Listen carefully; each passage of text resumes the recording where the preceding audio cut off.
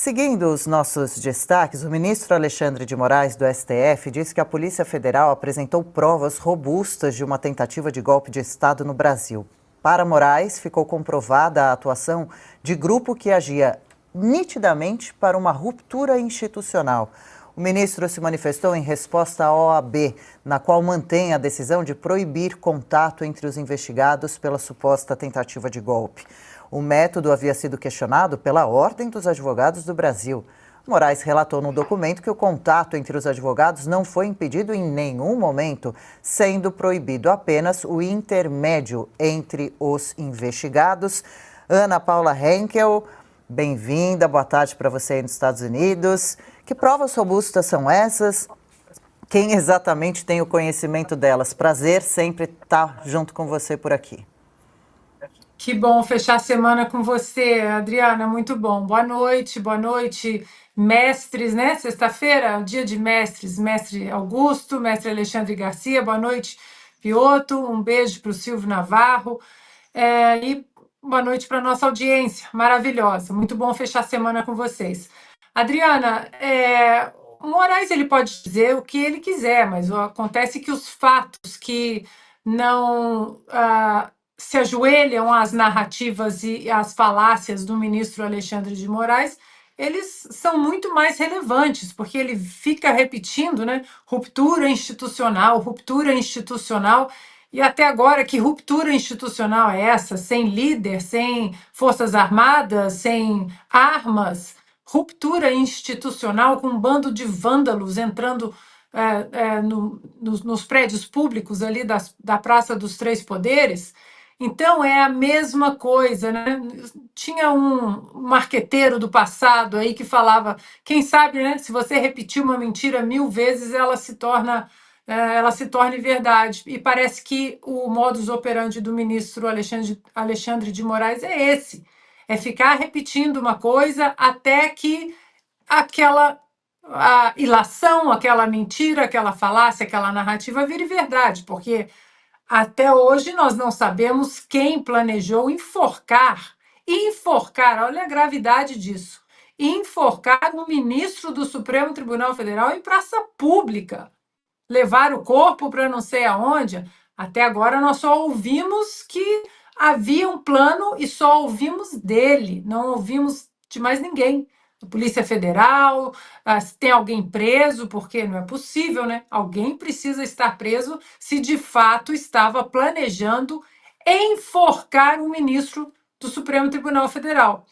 E aí, Adriana, a boa fotografia já foi muito bem colocada pelo Pioto e pelo Alexandre.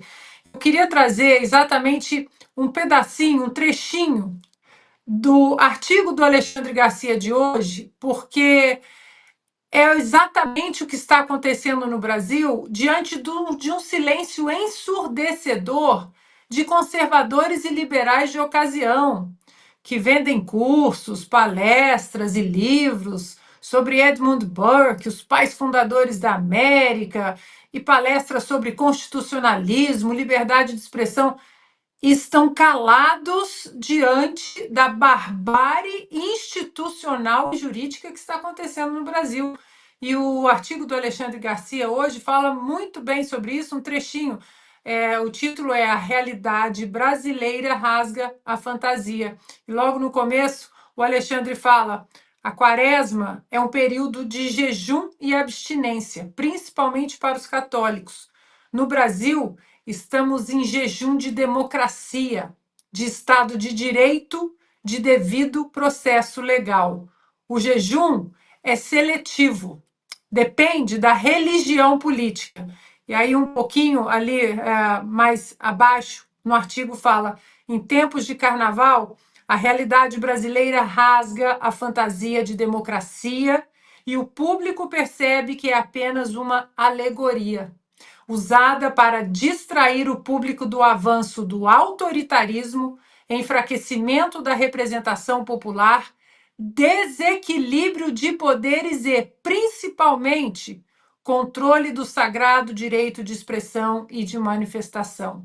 E esse controle, e esse sagrado direito de expressão, tão defendido, Adriana, por conservadores, liberais, que surfaram na onda desse despertar da direita no Brasil, esse sagrado direito de expressão parece que ele foi esquecido, porque muitos, não, se eu defender a liberdade de expressão e o devido processo legal, eu estarei defendendo o tal bolsonarismo ou o presidente Bolsonaro, e eu não quero sujar as minhas mãos limpinhas de conservador e liberal de ocasião com isso.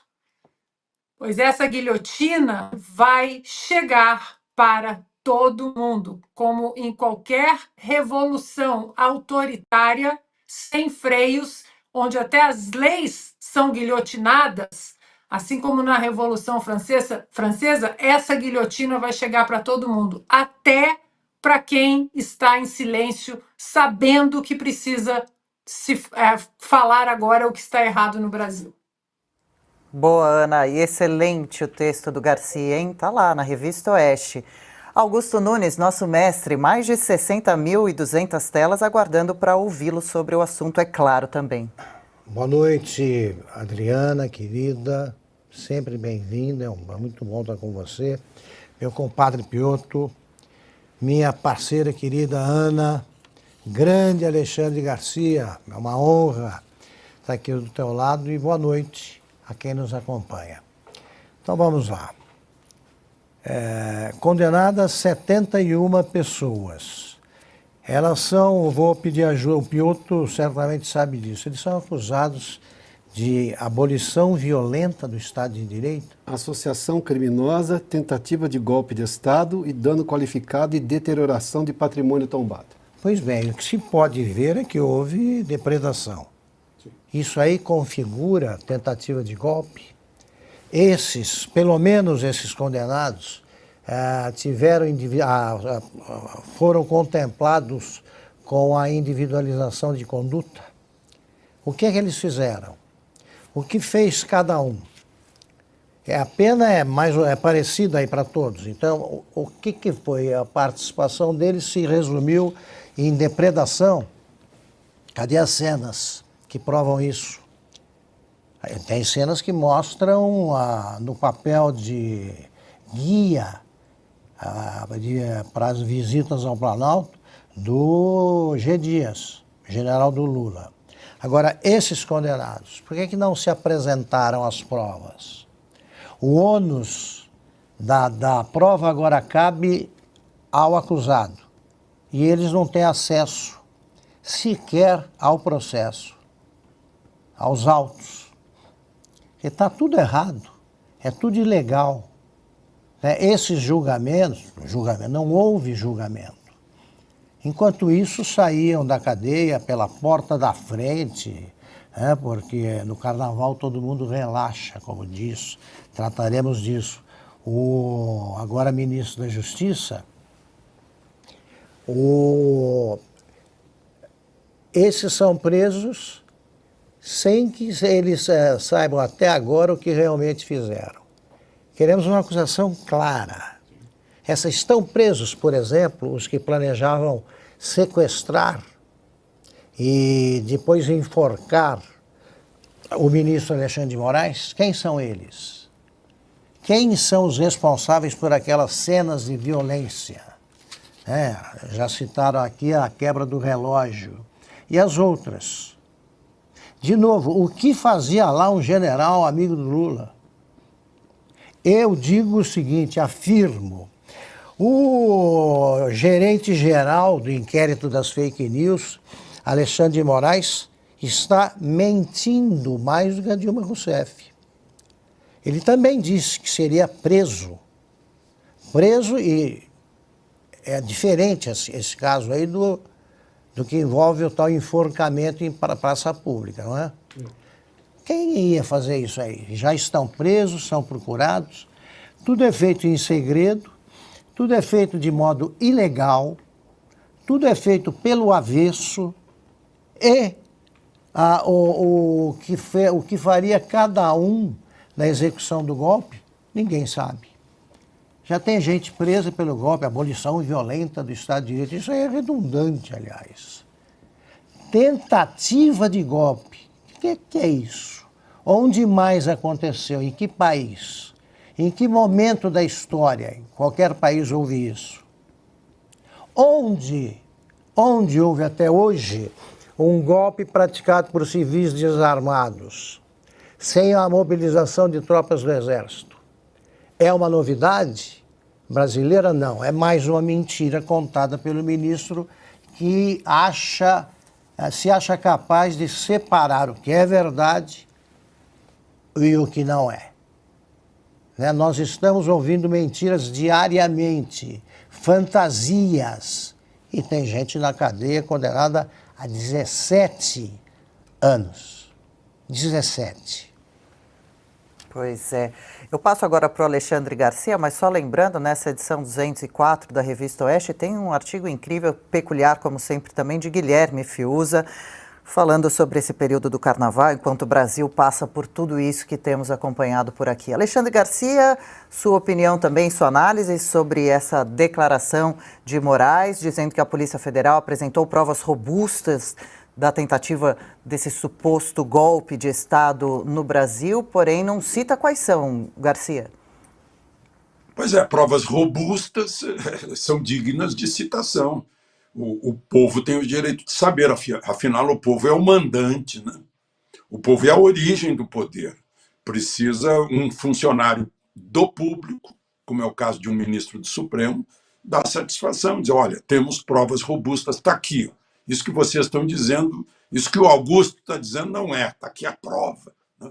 Mas está assim, teria, seria, suposto, né? Tem até telepatia nisso, porque sabe o que as pessoas estavam pensando. É tudo muito estranho, né? Isso que o Augusto falou aí, que eu acho que é o principal, né? Se ele descobrir uma conspiração para enforcá-lo em praça pública, né? Deve ter lá o encarregado de fazer a forca, o patíbulo, né? Ou qual era a turma que ia sequestrá-lo e levá-lo para Goiânia e jogá-lo fora da estrada. Ele que tomou a iniciativa de nos informar disso, de despertar a nossa curiosidade. E a gente tem vontade de saber o que aconteceu, né? Mas, não sei, não progrediu, porque fica evidente demais que ele seria o alvo, portanto, ele está impedido de julgar, né? Porque se a própria vítima é que julga, o nome disso é vingança, né? Ou revanche, né? Então, é isso. Valeu, Garcia. Piotr pede só para encerrar o assunto, dar uma assinada. Não, só para um detalhe aí que o ministro Alexandre de Moraes relatou nesse documento que o contato entre os advogados nunca foi impedido, ou não foi impedido em nenhum momento, sendo proibido apenas o intermédio entre os investigados. Bom, primeiramente tem um caso, se o Supremo de novo tem que recorrer a se explicar, o Supremo é o pacificador do entendimento jurídico. Se ele determina coisas que depois ele tem que explicar, como foi, por exemplo, naquela história em que a decisão do Supremo de que, olha, o veículo pode ser processado por uma coisa que o entrevistado disser numa entrevista ao vivo. Como é que você vai se responder pelo que o seu entrevistado disse? Vamos lá, né? Teve que depois vir se explicar e ainda está obscuro isso daí. Mas vamos lá. Aí ele diz assim, que o ministro Moraes diz aqui, eu vou retomar aqui o que o André Marcília, o doutor André Marcília, que nos concedeu uma entrevista recentemente, e no tweet dele está o seguinte: como a restrição mantida será, se essa restrição houvesse, mas ela não há, segundo agora o que está dizendo o ministro Moraes, como é que o judiciário monitoraria que os advogados não estão falando entre si? Se os advogados, por exemplo, têm a prerrogativa constitucional do sigilo profissional, ele estaria o quê? Digamos, para e passo, mandando a ABIN, a Polícia Federal, a derrubar ligações ou você conseguir entender o que cada advogado está fazendo? Ou seja, é uma atrapalhada. Não tem outro nome para isso, tanto que ele teve que desmentir uma coisa que nem a OAB tinha entendido dessa forma, tanto que reclamou disso daí. Não reclamou do mal entendimento, reclamou do entendimento que ele tinha, que era exatamente o que estava naquele documento do ministro Alexandre de Moraes.